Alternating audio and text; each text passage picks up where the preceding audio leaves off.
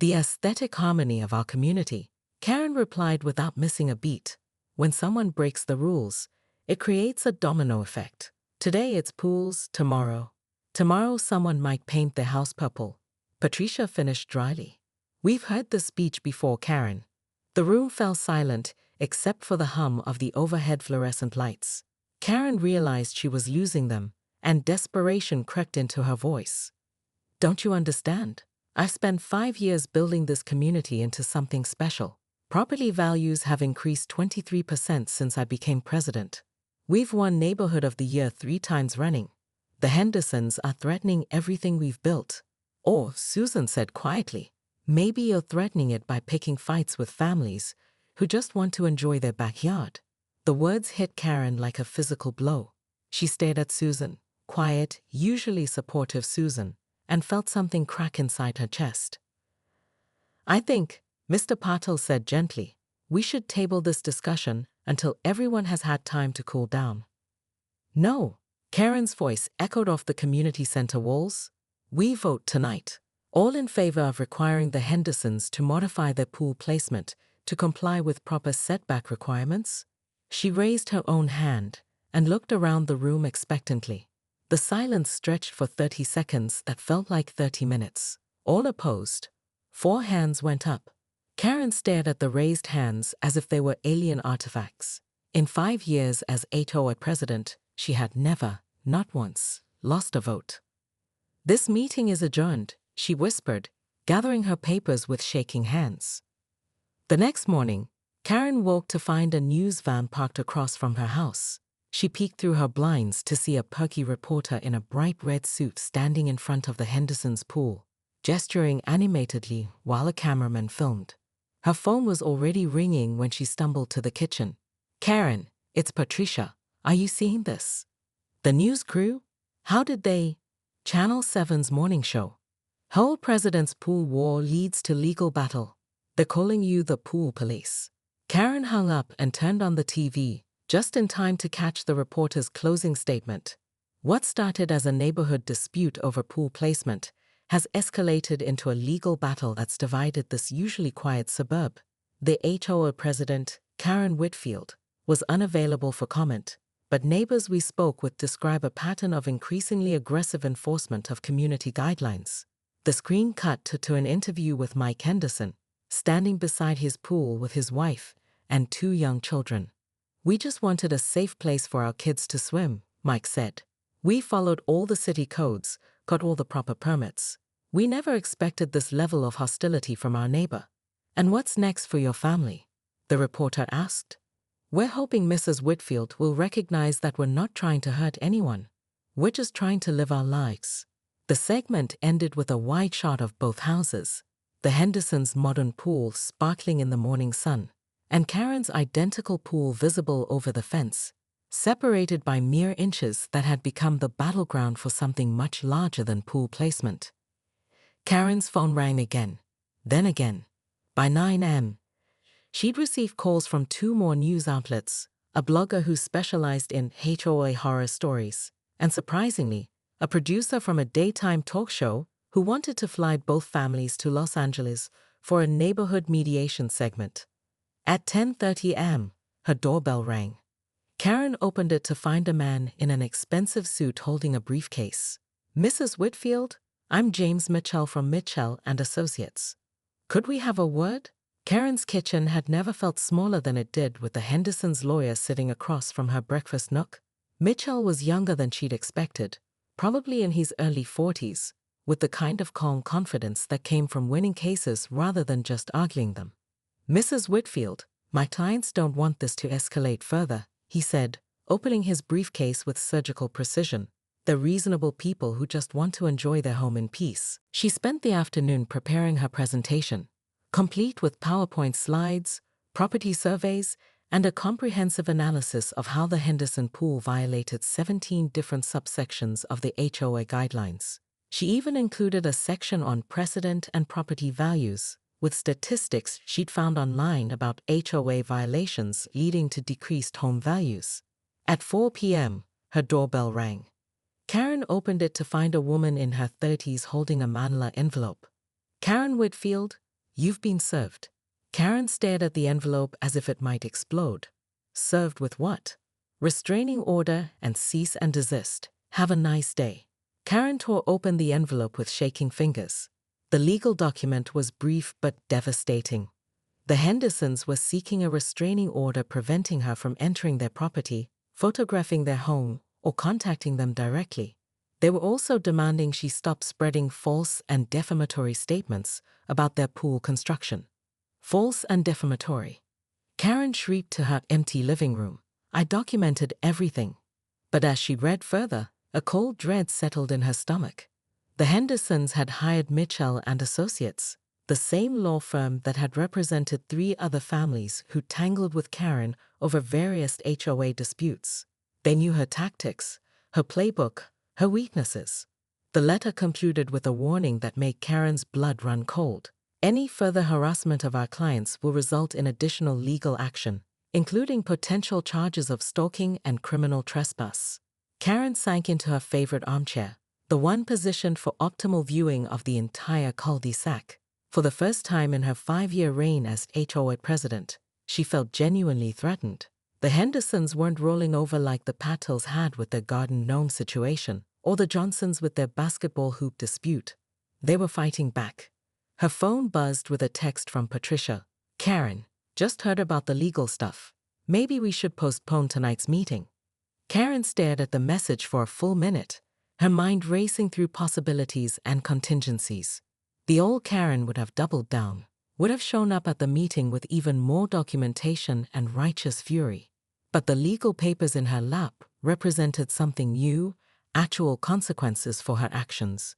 She typed back, "Meeting proceeds as scheduled. The Hendersons don't get to intimidate this community." But even as she sent the message, Karen knew something had fundamentally shifted. The game had changed, and she wasn't sure she knew the new rules. As she watched the late afternoon sun reflect off the Hendersons' pristine pool water, she realized this was no longer about setback requirements or property values. This was about power, control, and the very essence of who Karen Whitfield had become in this little corner of suburbia. And for the first time in 5 years, she wasn't entirely sure she was going to win. The HOA meeting that night would later be remembered as the Great Pool War of Willowbrook Estates, though no one would call it that in Karen's presence.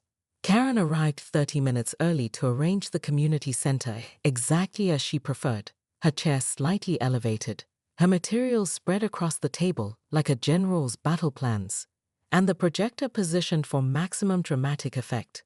She wore her navy blue blazer, her power outfit, and had practiced her opening statement in the mirror until every gesture was perfectly calculated. At 7 p.m. sharp, only 4 people had shown up: Patricia, Bob Martinez, Mr. Patel, and surprisingly, Susan Kim, who usually avoided HOA meetings like the plague. "Where is everyone?" Karen demanded, scanning the nearly empty room. "Word travels fast in a small neighborhood," Patricia said quietly. "People heard about the legal situation." "What legal situation?" "I'm protecting this community." Bob Martinez cleared his throat. "Karen, I got a call from Mike Henderson this afternoon. He told me about the restraining order. Maybe we should." "Bob." Karen cut him off. "Are you going to let the Hendersons intimidate you? Are you going to let them think they can move into our neighborhood and ignore our rules?" Mr. Patel raised a weathered hand. "Mrs. Whitfield, what exactly did they violate?" "My wife and I looked at their pool today. It seems very nice." Karen clicked to her first PowerPoint slide with the theatrical flair of a prosecutor presenting damning evidence. Setback violations, drainage concerns, potential noise ordinances, and visual obstruction of sightlines. "Visual obstruction of what sightlines?" Susan asked. "They violated HOA guidelines," Karen said, but even to her own ears, the words sounded hollow. "Which guidelines, specifically?" Mitchell pulled out a folder thick with documents. "Because according to our research, their pool meets all setback requirements. The county engineer signed off on the drainage, and there are no noise ordinances that apply to residential swimming pools in this municipality." Karen felt the ground shifting beneath her feet. The HOA covenant clearly states. The HOA covenant, which I've read in its entirety, grants broad authority to maintain community standards, but doesn't supersede local building codes. Your neighbors built their pool legally, with proper permits, following all applicable regulations. Mitchell leaned forward slightly, his voice remaining professionally cordial. Mrs. Wickfield, in my experience, situations like this usually stem from deeper issues. Is there something about my clients that particularly bothers you? Something we haven't addressed? The question caught Karen off guard. She opened her mouth to launch into her standard speech about community standards and property values, but found herself staring at this composed young lawyer who seemed to see right through her carefully constructed justifications. She began, then stopped. For a moment, sitting in her kitchen with legal documents spread across her favorite placemat, Karen saw herself as Mitchell must see her, a middle-aged woman who'd spent 5 years micromanaging her neighbors' lives, who'd turned a simple pool installation into a legal battle that made the morning news. My clients are prepared to be reasonable, Mitchell continued. They'll withdraw the restraining order if you agree to cease all harassment and public statements about their property. In return, they won't pursue defamation charges or seek damages for the stress this situation has caused their family. Damages? Karen's voice cracked. Mrs. Whitfield, you photographed their home repeatedly, contacted them against their wishes, called emergency HOA meetings to discuss their private property, and according to several witnesses, made disparaging comments about them to other neighbors. That's textbook harassment. Karen stared at the legal documents, feeling something fundamental shifting inside her. The woman who had walked into that community center last night, so certain of her authority and righteousness, felt like a stranger. What do they want? She whispered. An apology, in writing, and your word that this ends here. Mitchell left his card and a draft agreement, promising to return the next day for her decision. After he left, Karen sat alone in her kitchen, staring at the Hendersons' pool through her window. For the first time in months, she didn't take any photos or make any measurements. She just watched as Mike Henderson's 2 kids splashed happily in the water, their laughter carrying across the narrow space between the 2 houses. Karen realized she couldn't remember the last time she'd heard children laughing in her own backyard, or anywhere in her life, for that matter. As the afternoon faded into evening, Karen found herself wondering when protecting her community had turned into isolating herself from it. When being a good neighbor had become about controlling every detail of everyone else's lives. The phone rang, probably another reporter, but for the first time in days, Karen didn't answer. Instead, she sat in her kitchen as shadows lengthened across both yards, thinking about apologies and second chances and the strange way that 3 inches of space had somehow become the distance between the person she'd been and the person she might still become. But even as she considered signing Mitchell's agreement, Karen couldn't shake the feeling that this was far from over. The Hendersons' pool would remain, the news story would fade, but the fundamental question of who really controlled Willowbrook Estates, and at what cost, still hung in the air like chlorine on a summer evening. Karen Whitfield stood in her kitchen window at 6:47 am, clutching her coffee mug so tightly her knuckles had gone white, watching the Hendersons' new pool being filled for the first time. The crystal-clear water caught the morning sun, and she could already hear imaginary pool parties disrupting her perfectly manicured peace. What made it worse? The pool was exactly 3 inches closer to her property line than her own pool, which she'd installed 5 years ago when she first became HOA president. This is unacceptable, she muttered, pulling out her phone to document what she was already calling Henderson Pool Violation Number 1 in her mental file system. By 7:15 am, Karen had already fired off 3 emails to the HOA board, 2 to her lawyer, and 1 strongly worded message to the Henderson family. She'd also taken 17 photos from different angles, measured the distance between their pool and her fence with a tape measure, and drafted a preliminary complaint citing Section 12.3b of the Willowbrook Estates Community Guidelines. The second shocking moment came at 8:30 am when Mike Henderson knocked on her door, still in his bathrobe and flip-flops. "Morning, Karen," Mike said with a tired smile. "Got your message about the pool. Look, I know we've had our differences since the whole Christmas decoration incident, but..." Mr. Henderson, Karen interrupted, straightening to her full 5'2" height. This isn't about personal differences. This is about property values and community standards.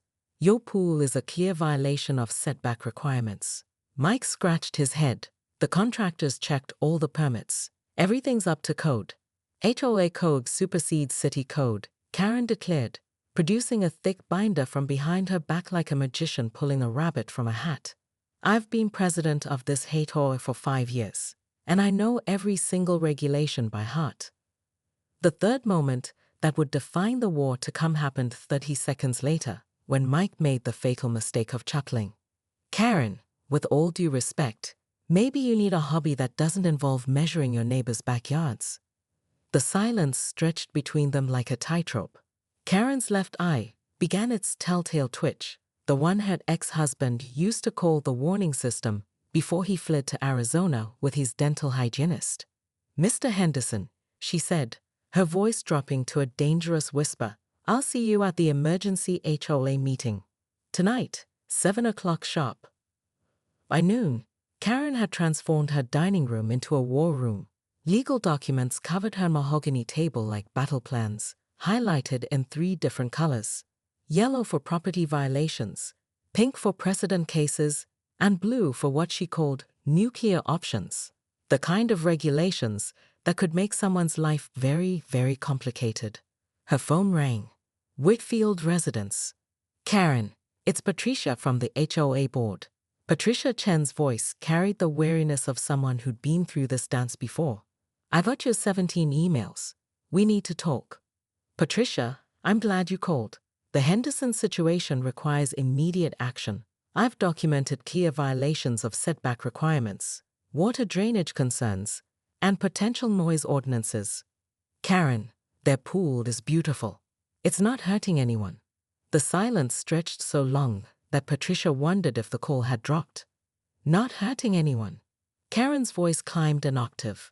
Patricia, do you understand what happens when we start making exceptions? It's chaos. Utter chaos.